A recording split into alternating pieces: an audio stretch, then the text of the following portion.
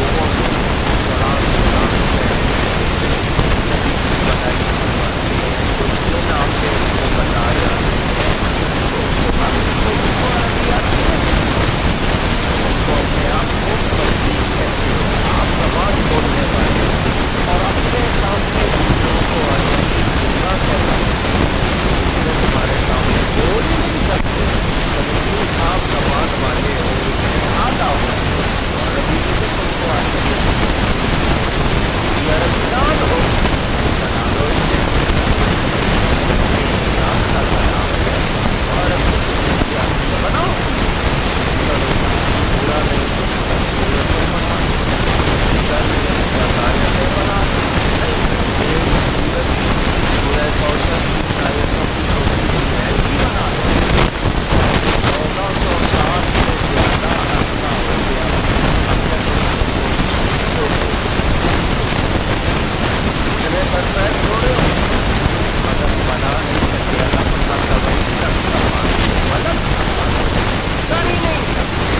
کیونکہ یہ انسان کا کلام ہے، اس میں یہ الفاظ آتے ہیں، اور جو دل میں پڑا تو وہ جو اپنے آپ کو عربی دان کہتے ہیں، افصح العرب،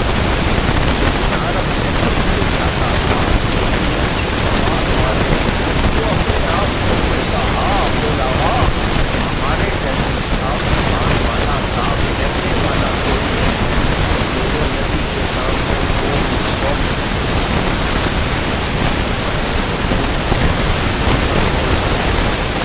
بالکل سرکش، صاف ہے، ریحان، اعلیٰ حضرت فرماتے ہیں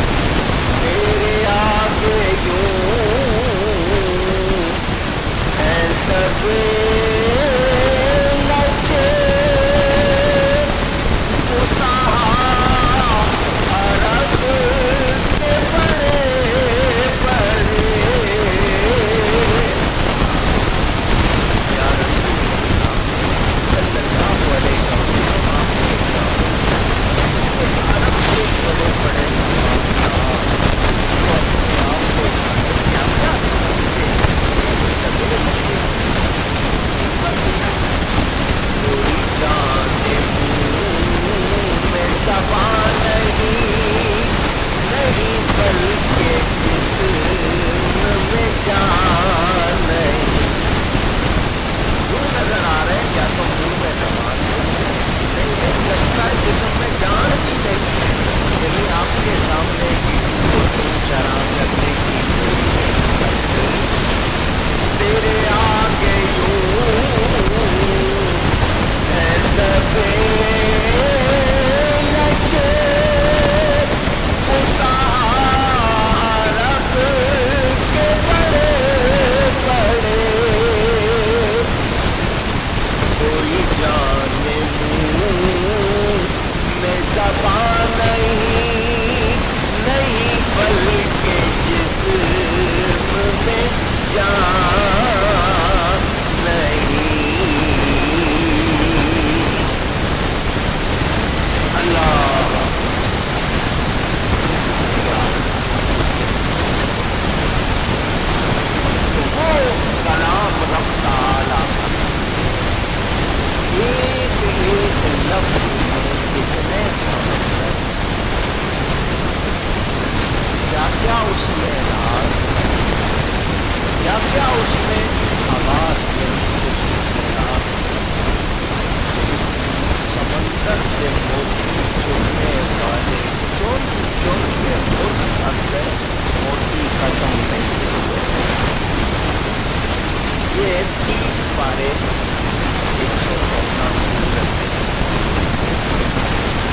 آیتیں کتنی شمار کریں، دیکھیں ایک اس کی 600 جلدوں میں کتنی 600 جلدوں میں تفسیریں ہو چکی ہیں، ایک ایک سمجھیے 40 سب نے کر کے یہی کہا کہ ہم سے اب آزاد، 1400 سال سے زیادہ عرصہ پڑھانے والوں نے پڑھایا، پڑھنے والوں نے پڑھا، لکھنے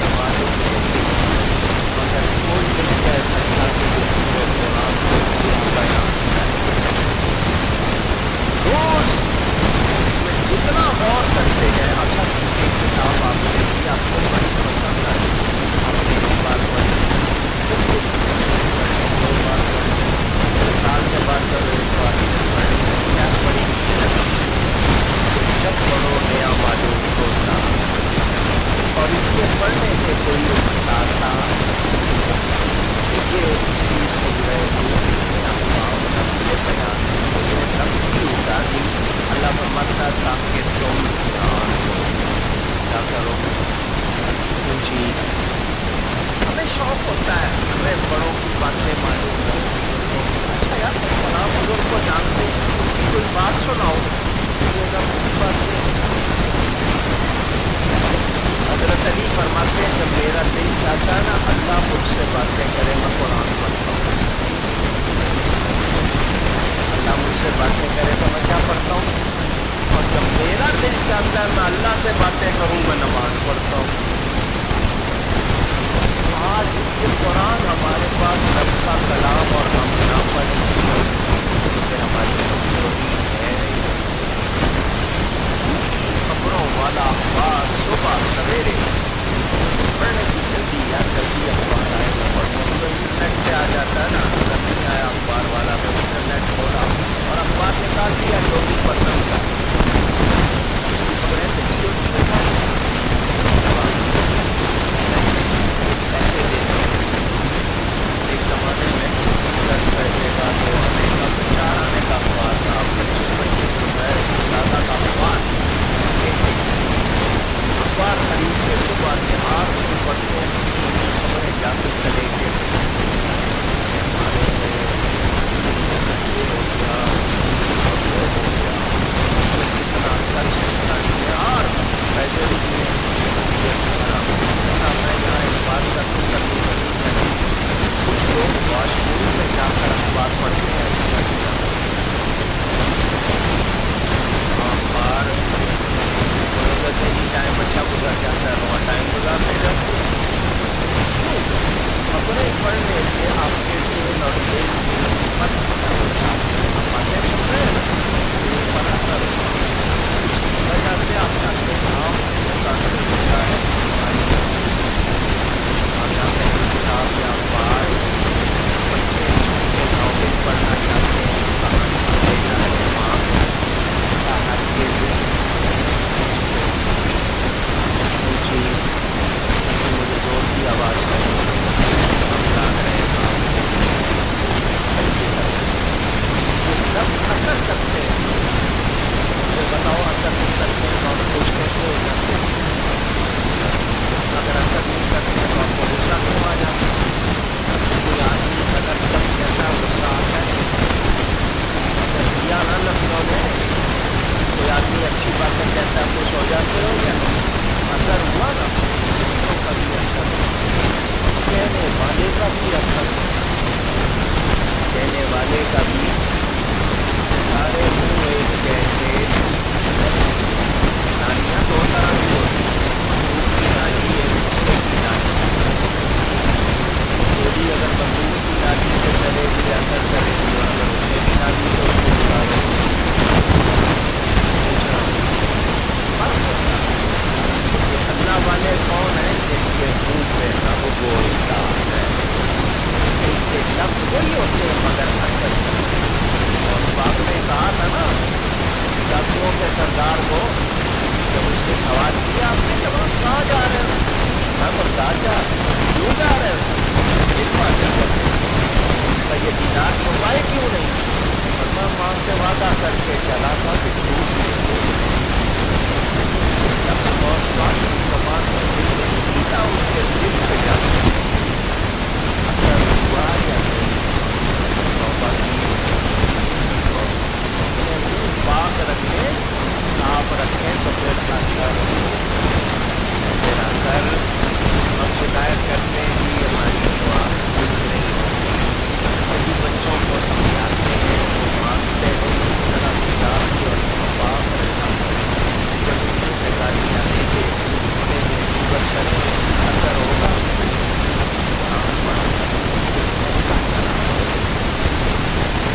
پڑھنے کا اثر جسم پر ہوگا کب کبھی کاری ہو جاتی ہے انوار ہوتے ہیں آپ کو کیا پتا کتنا سوال جتنا بتایا گیا وہی گن لیں ایک حرف سے 10 لکھ الف لام میم 3 حرف 30 نہیں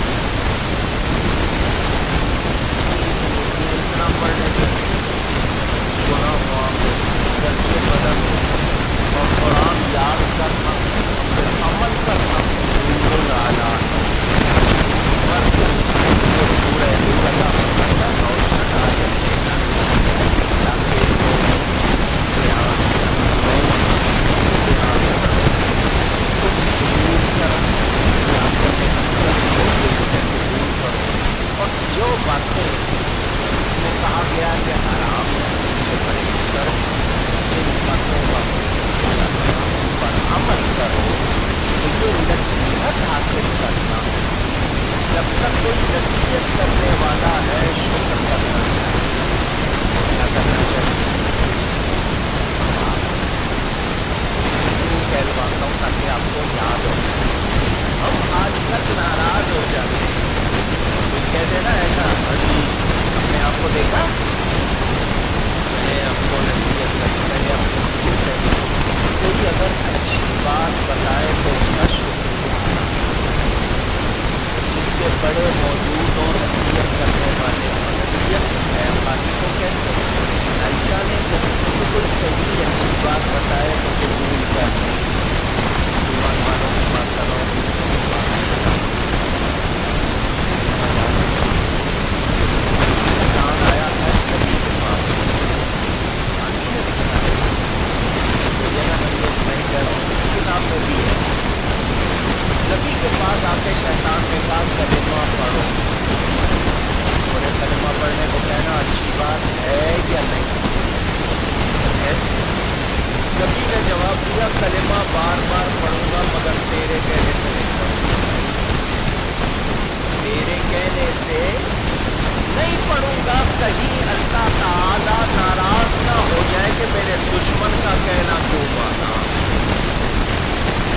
بات سمجھ میں آئی؟ کہ جو بدعقیدہ ہوگا، الگ ہوگا، اس کے کہنے سے لیکن خود یاد رکھو، ایمان والا نصیحت کرے تو شکریہ کرے، کبھی جزا میں نہیں، آسان کا جواب نہ دے، جزا دے، تمہیں اچھی بات، ہم ہو جاتے ہیں ناراض، کوئی خطیب صاحب امام صاحب نماز کا طریقہ سکھانا چاہیں، لو یہ کیا سمجھتے ہیں ہم کو نماز نہیں آتی، یہ کیا سمجھتے ہیں ہم کو، ہم اس طرح ناراض ہو جاتے ہیں۔ ناراض نہیں ہونا چاہیے، اس میں نصیحت ہے، اور جہاں نصیحت ملے، کوئی نصیحت کرنے والے جب چلے گئے تو رہ جاتے ہیں جھوٹے، ان کو آپ جھوٹا سمجھتے ہو کہ یہ تو مجھے کچھ کہیں گے نہیں، نصیحت کرنے والا کوئی نہ ہوا تو پھر کہتے ہیں شکر کرو علماء پیر بزرگ موجود ہیں جو نصیحت کرتے ہیں، ان کا وجود غنیمت جانو، جب یہ نہیں ہوں گے تو دونوں نکلیں گے۔ اللہ تعالی ہم سب پر کرم فرمائے۔ ہمیں معلوم ہو جائے، ہم سنتے ہیں کسی عالم حق سے، سچے عالم سے اچھی بات ہوگی، اب ہمارے پاس کوئی ایسا آ جائے گا جس کو وہ بات نہیں معلوم ہوگی، اس کو سنا سکتے ہیں، جتنا سنا ہے اپنا اس میں سے شامل نہیں کرنا، جتنا ہے وہ سنا سکتے ہیں، بتا سکتے ہیں۔ تو اس صورت میں ہم کہتے ہیں قرآن ہے یہ رب کا کلام، تو اسے توجہ سے پڑھنا چاہیے۔ یہ ایک برائی ہے ہمارے معاشرے میں، جس کے بارے میں